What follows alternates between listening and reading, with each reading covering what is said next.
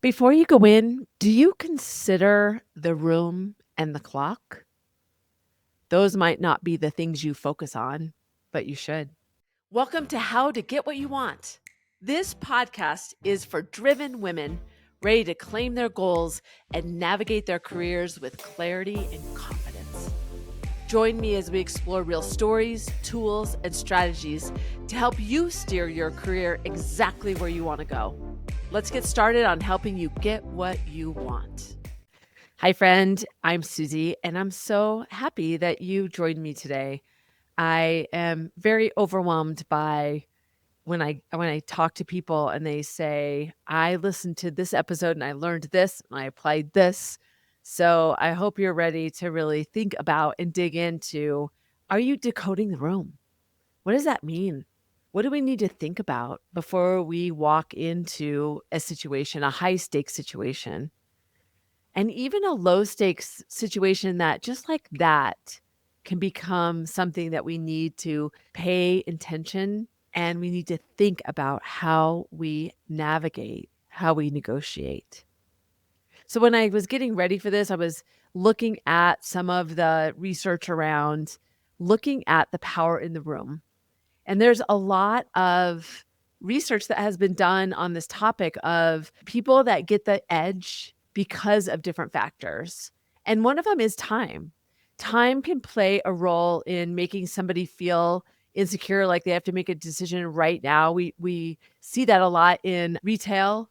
They don't want you to leave, they want you to make a decision right now. Timing is leverage.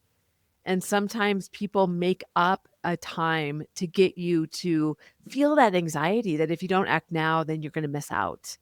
Timing is a real legitimate piece. Another one is the power in the room. Who's the decision maker? We often go in to present, especially when there's multiple people on the other side, and we assume that they're all equal, but we don't consider the politics of what they are dealing with, who the decision maker is, and who definitely has pull in that decision. So the authority in the room is really classic power research when we look at who is there, who holds the highest title, who holds more leverage in the situation. You know, the person that's more confident often provides more leverage because of just that air about them. So paying attention to that, even if you don't feel confident, understanding that don't be susceptible to that is really key. It's also really important to think about who is the decision maker and are you in front of the decision maker? That is so important. You will be negotiating with yourself if you are not talking to the person who can make the decision, because you could be giving away things that you don't intend to and kind of showing your cards before you're ready. So that's really important. And then there's situational power. The person who owns the situation, who set up the meeting, whose turf are you on? Does somebody feel more comfortable? Do they have more people than you do? There's a lot of things about the situation that can give power to the other side. When you think about the power in the room, when you're talking about tightening budgets, the finance person has more leverage because they have the levers to move. So thinking about that, don't assume that in every situation, even a meeting that's internal, that one week it was really the product owner that owned the decisions because they owned the plan. The next week, it might be the person that owns the budget because they have the ability to shift some monies around. And then just the perceived power. I think this is so interesting. There's research around perceived power that if we believe that the other person is a better negotiator or is more confident or has more experience, then that will decrease our confidence or our willingness to put out a big ask. So that perceived power can get in our way. And that can get really complicated when you think about nonverbal things that also can inhibit us and influence us. Somebody that talks really loud, somebody that doesn't talk very loud, and how that really pulls together attention. That is that perception of what that person has. even if they start out by really talking with big words and phrases that you don't really understand, it inhibits us to ask the questions that are really important to understanding because we might all of a sudden feel like, oh my gosh, I should have known more about their company or the deal or all these things that get in our way. And even nonverbals, when people are crossing their arms, when they're looking at their phone, not paying attention, those can get in our way too because our perception is they're uninterested or they're not engaged. And we can get subconsciously in our own head. I think about that a lot when I'm presenting or training in front of a group of people. I often subconsciously think I'm losing people when they're writing. And I've been told sometimes slow down. They're writing because they're trying to keep up because they want to take notes. Where subconsciously I've been thinking they're not paying attention, they're doing something else. I better quickly get my point out. So our perceived power can be undetected or it can be not understood. So thinking about that power can get in our way. It can be something that we perceive as indication or a signal from the other person that we're misreading. And we can create something that's not really there. So interesting when I think about I have a really good friend. Her name is Veronica. Veronica, she lives in Atlanta. She is a rock star. She, at the time of this story, when we really bonded, she was in charge of operations for a big network of channels of content internationally. And that means she owned the technology, the delivery, all of the assets around creating and delivering content to the world. So she held a really big role. And we were pitching to her. I was with a vendor at the time, and we were pitching to her. And she had just replaced this guy. His name was Clyde. She had just replaced him, and Clyde had been in place for many, many years. Very well regarded, very nice man. And everybody just loved Clyde because he was just this power source. So we were going in and pitching to her, and I went in with our CEO, and I had told him that Veronica is the decision maker in the room. I made it really clear because I knew that he knew Clyde and that he would assume that Clyde really held the power in the room. So we go into the meeting and Veronica was a little bit late, but my CEO started kind of pitching to Clyde before Veronica walked in. And then Veronica came in and the CEO I was with, his name is Bill, he kept pitching to Clyde. Even when Veronica was there, he didn't give her eye contact at all. He didn't look at her at all. And finally, at the end of the conversation, Clyde kind of really uncomfortably pointed and said, "You know, Bill, it's not my decision." And he looked at Veronica and said, "She's the decision maker here." And, that disrespect really cost us as a vendor because Veronica felt unseen. She was holding the power and she knew it. And that had happened before and she was not happy about it. So we didn't get that deal. And like I said, Veronica and I are friends. We laugh about that story often because since then I've left the company and she's moved on to bigger and better, I mean, not better, but more meaningful career moves and just a powerhouse in the room that she can't be unnoticed.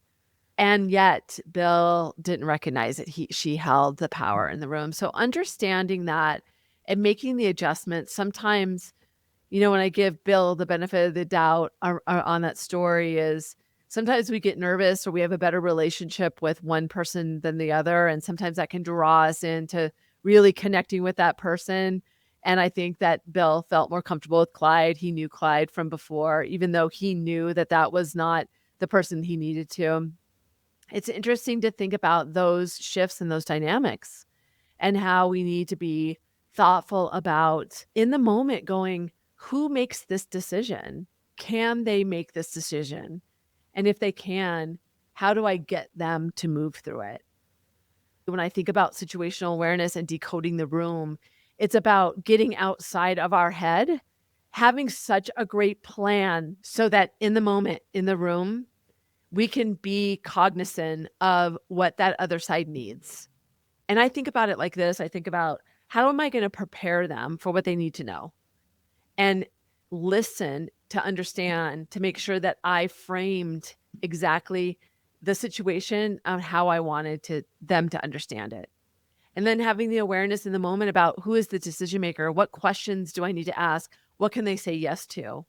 And then are they ready to say yes? So many people don't have situational awareness to be able to understand when somebody is ready to say yes. Sometimes we have a plan that we're so eager to execute, or we've planned it that we're just ready to continue it. But the person saying, go to the final page, I'm ready to say yes. Let me say yes. And you can lose the deal if you don't recognize that. So know when to close. I think it's so important to decode the room, to think about the timing. And some of the keys and tips that I want you to really think about is there's psychology around yes. So when you can think about what is it easy for the other person to say yes to? And when people start to say yes, they're more likely to say yes again and again.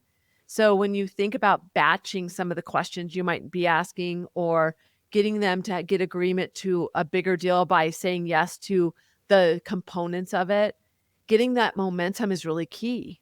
That not only helps them make decisions, it helps the room feel like there's momentum. It creates some synergy between the people that are making the movement happen. There's something really key about the positivity of a yes. How can you get them to agree? How that makes them feel good too. They want to move forward. So thinking about how you get to yes, and part of that is understanding what's important to them. Sometimes those early yeses are directly correlated to what is really important to them. If you can show at the top of the meeting that you understand their interests and you consider their interests before you walk in, they're more likely to feel like you saw them. You understand what's really important to them. And so when you satisfy that, that creates a little less tension for them about holding back. So getting a yes and creating that positive atmosphere, what that is building that trust. And when you have trust with a person, that's great when you walk into a sticky situation, but you need to create it in the room too. So getting that yes, creating a positive atmosphere where it feels like it's collaborative, where you're not just stating or pitching or asking. It's like you're wanting to be collaborative. You want to understand where they're coming from and how do you get them to say yes so that you can move forward. Such a key to think about is the feeling of the room. How do you create the atmosphere that's going to make everybody understand? So when you think about those tips of getting yes, take a moment when you walk into a room and take a scan of what's going on. Take 90 seconds before you even start and walk in and observe who's there. How are they feeling? Are they like locked into their computer, not ready to start? Give them time. Don't just jump in. What is that scan? Remind yourself if they're the decision maker and what's important to them. That's the first one, is really thinking about how do you get outside of your head and your plan to signal collaboration for others. And when you signal that, the rule of reciprocity is a rule. When people feel like you've given them something, they're more likely to give you something back. We are naturally geared that way. We want to give back. So in that room, when you think about what is important to that person and what can you give to them that is meaningful, that is starting out by saying, look, I am going to give you something and I'm going to be able to articulate to you what's important to me. And even being able to say, I want to make sure you understand, I really thought about this and I know this is important to you. So I want to make sure that I got this for you so that you understood that our relationship and this agreement is as important to me. There's things that I want to ask for, but I want to make sure that I give you what you need to. So it's all about those alliances with that other person, understanding that even gearing them up for the meeting before the meeting starts. If there's multiple people, who can you have an initial conversation with to help them understand the context or even the ask so that they understand and they don't feel caught off by surprise? Surprise is an emotion that shuts us down. So you don't really want to surprise somebody. You want them to have what they need. So think about that before you walk in. Or how can you get them ready so that they feel like they're a part of the solution and not just there to listen to you? Being thoughtful about the room and being intentional about when you get there. Sometimes we're so emotional, or meaning like just nervous, afraid to ask that bold ask, that we get in our own way, and our emotions shut down our ability to think. So the more you can plan before you walk in allows you to be more situationally aware. And when I think about being situationally aware, I think about decoding the room is making the room go from this black and white drawing to this colored view, this three-dimensional view where you're seeing everything around you. And we all know what it feels like when you get nervous or you're worried about the ask or you're so focused on exactly the one thing that you want. That just by default takes the color away. It zooms us into that very specific thing. And when you decode the room, you want to zoom out. You want to be able to see the landscape. You want the color to be bright so that you can understand the nuances, what's important to the other side. Decoding the room is really important. You can tell I'm very passionate about it. I have a workshop where I talk about this. It's a whole half day and sometimes full day where teams go through how can they get more sharpened around situational awareness so they can decode the room with intention at first, but then it becomes natural. So what are you going to do to really decode the room when you walk in?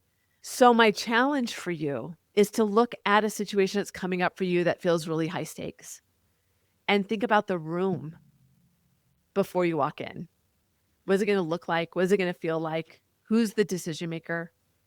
Ask all of those questions to get yourself ready so that there's no surprises, so that you're very intentional, so that you're more agile to be thoughtful and to navigate because you've already decoded the room.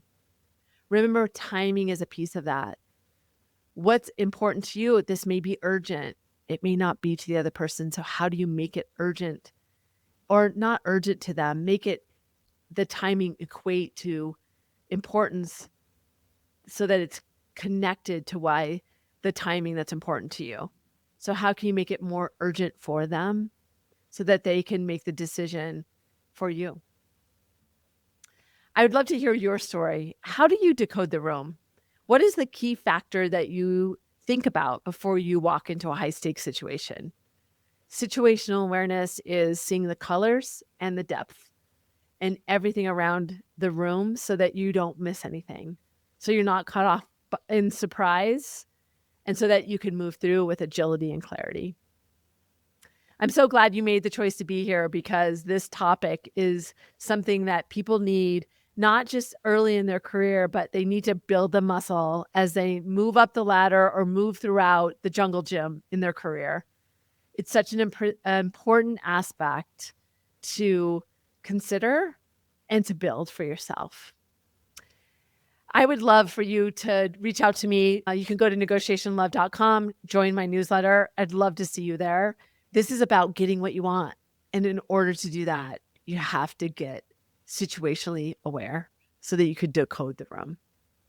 And don't forget, negotiation is more than a skill, much more than a skill. It's a mindset that you have to build every day.